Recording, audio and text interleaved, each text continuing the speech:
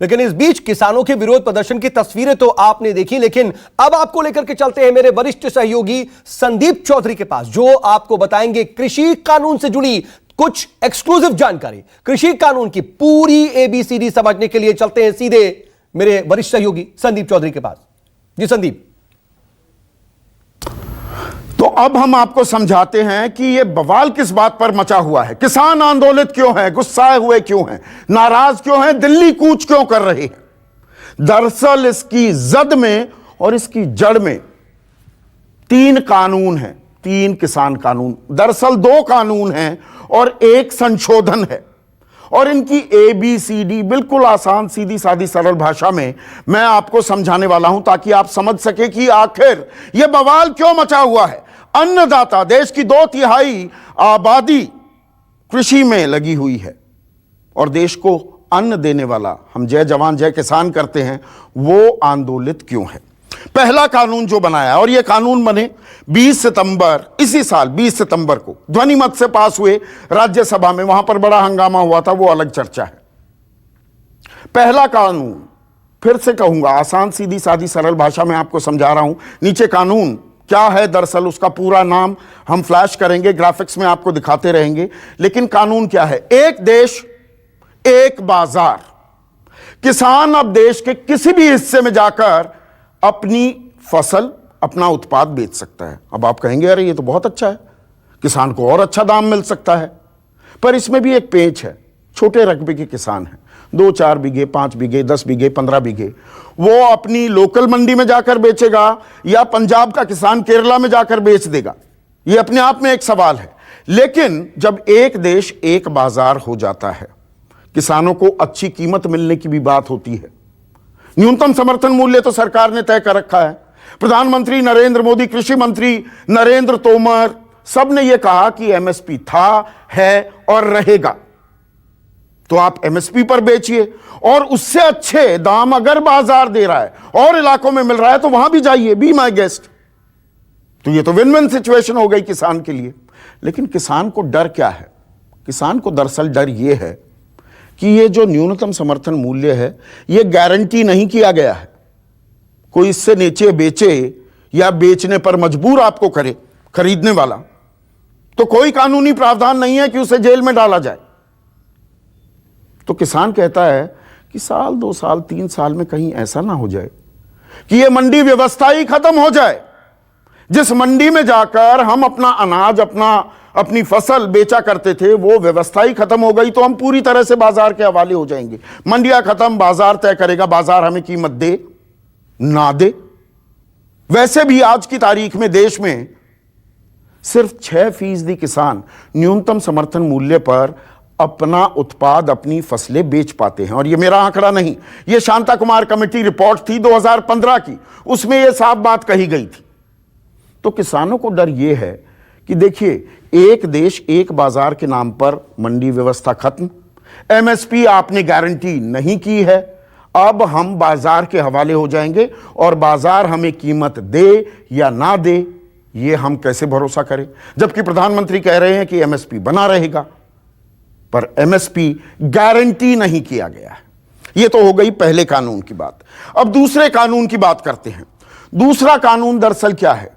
यह एक price agreement है कि यह करार किया जाएगा किसानों के साथ, और इसे कॉन्ट्रैक्ट फार्मिंग भी कह सकते हैं।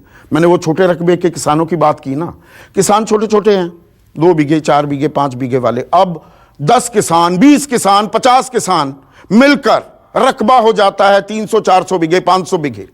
वो एक करार करते हैं एक कंपनी के साथ, एक बड़े औद्योगिक घराने के साथ। वो कहते हैं कि जी आप ये गेहूं बोएंगे या जीरी, चावल बोएंगे या नरमा, कपास बोएंगे, हम आपको ये दाम देंगे, और साथ में आपको बढ़िया बीज भी देंगे, बढ़िया खाद, बढ़िया उर्वरक देंगे।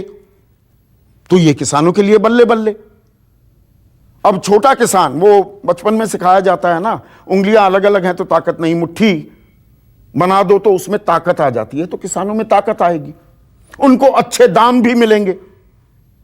पर किसान ये कहते हैं कि अगर कॉन्ट्रैक्ट हमारे साथ कर लिया, करार हमारे साथ कर लिया, और वो कीमत नहीं दी अगले साल, या 5 साल का हमने करार दिया कर लिया, पहले साल दूसरे साल दे दी कीमत, तीसरे साल नहीं दी, तो हम बंधुआ मजदूर बन जाएंगे इन कंपनियों के।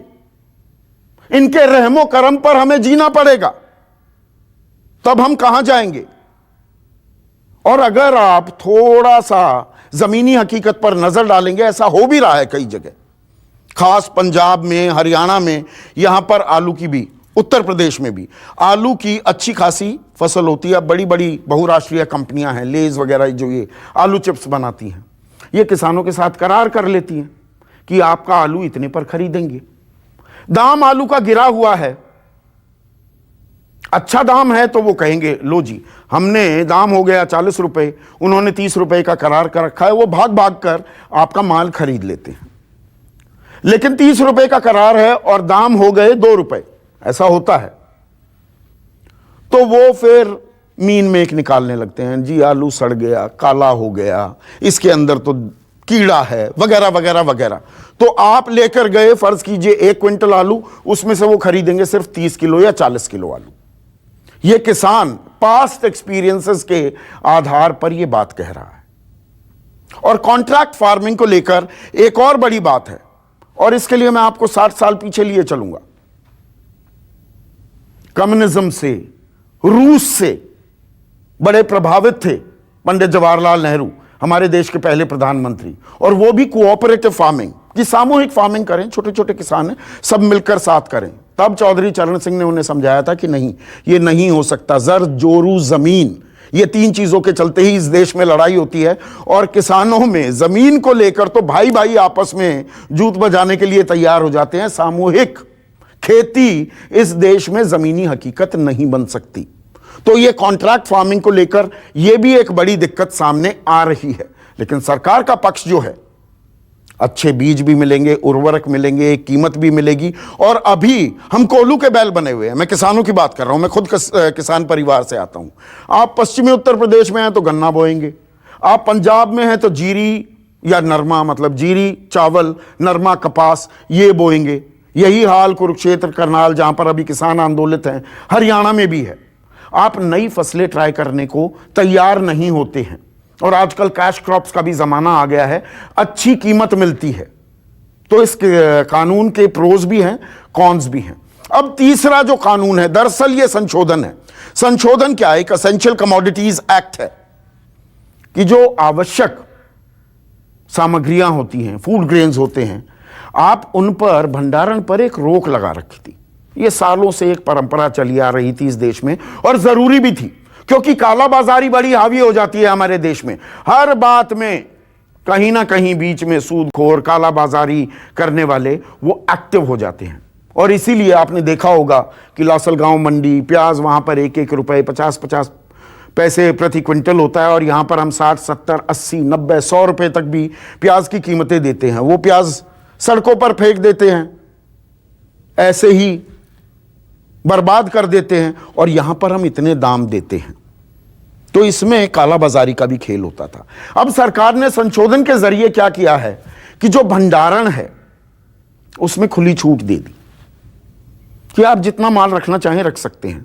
तो एक देश एक बाजार, कॉन्ट्रैक्ट फार्मिंग उसी कड़ी में जुड़ता है एसेंशियल कमोडिटीज एक्ट में संशोधन भी, कि अब कोई आप पर पाबंदी नहीं है, रोक नहीं है। आपके पास फसल है, आपका अच्छा प्याज हुआ है, आलू हुआ है, टमाटर हुआ है, सब्जियां हुई है, आप उसे रोक लो। जब अच्छा दाम मिलेगा तो किसान तब जाकर बेचे, किसान को वाजिब कीमत तो मिले।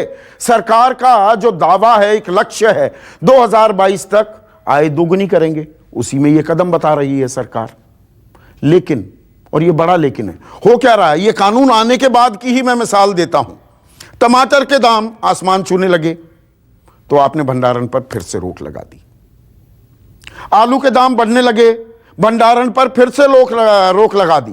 उत्तर प्रदेश में जहां भंडारण 30 नवंबर तक, उत्तर प्रदेश पोटैटो बेल्ट है इस देश की, और किसान कोल्ड स्टोरेज में अपना आलू रखता था, और आलू का बीज, आलू से ही आलू उगता है, अलग से कोई बीज नहीं आते, वही बीज होता है, तो वो कोल्ड स्टोरेज में रखा करते थे। और उसके लिए तारीख हुआ करती थी 30 नवंबर। आलू के दाम बढ़े, योगी सरकार ने कहा 31 अक्टूबर तक सारा आलू निकालो। निकालो का मतलब बेचना पड़ेगा। सप्लाई बढ़ेगी तो जो डिमांड है वो थोड़ी सी काबू में आएगी और प्राइस, कीमत जो है वो नीचे चली जाएगी। तो किसानों को लगता है कि कहीं हमारे साथ हेरफेर ना होने लगे और किसान क्या अदालतों के चक्कर काटेगा हर चीज में। अब आप कॉन्ट्रैक्ट फार्मिंग कर दी, बड़े कंपनी ने आपके साथ करार जो था वो तोड़ दिया या उसे पूरा नहीं कर रहे हैं, आपके अदालत में कमिश्नर के सामने, मजिस्ट्रेट के सामने खड़े होंगे या अपनी खेती करेंगे। तो ये समस्याएं हैं इन 3 बिलों को लेकर जो अब कानून बन गए हैं, 2 कानून 1 संशोधन, जिसलिए किसान आंदोलित हैं और वो सरकार से बात करना चाहते हैं। अब 3 दिसंबर तारीख तय की गई है। अब देखते हैं कि 3 दिसंबर को बातचीत के जरिए कोई बीच का रास्ता निकल पाता है या नहीं। नमस्कार, मैं हूं संदीप चौधरी। अगर आपको यह वीडियो पसंद आया हो तो इसे लाइक और शेयर जरूर करें और हां, हमें सब्सक्राइब और फॉलो करना ना भूलें ताकि आप देश और दुनिया की कोई खबर मिस ना करें। तो जुड़िए हमारे साथ और देखते रहिए News 24।